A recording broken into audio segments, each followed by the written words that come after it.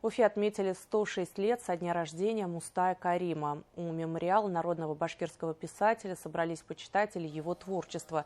Депутаты, министры, представители культуры, образования и науки, а также кадеты и участники ансамбля кураистов Уфимского училища искусств.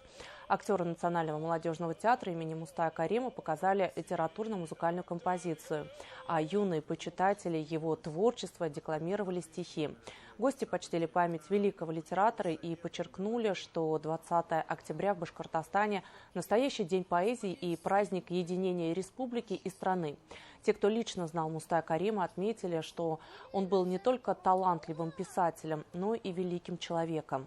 Когда была возможность общаться с Мустаей Каримом, конечно, это безумно были интересные общения, интересные встречи, и когда мы сопровождали его. И это, конечно, память на всю жизнь. Потому что на самом деле Мустай Карим всегда был впереди нас, да, и всегда показывал, куда нам нужно идти и какими мы должны быть. 20 лет папы нет. Уже 20 лет прошло, как он от нас ушел. Но такое ощущение, что он к нам все равно еще все ближе и ближе. Потому что, во-первых, удивительно, чему я благодарна. Очень много людей, которые продолжают интересоваться его творчеством, любить его творчество. И появляются новые поклонники. Вот это радует очень сильно.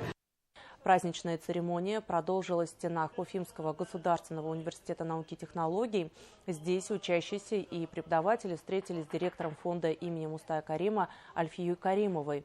Лучшие студенты в этот вечер стали обладателями грантов, а стихотворения поэта звучали не только на русском и башкирском, но и других языках мира.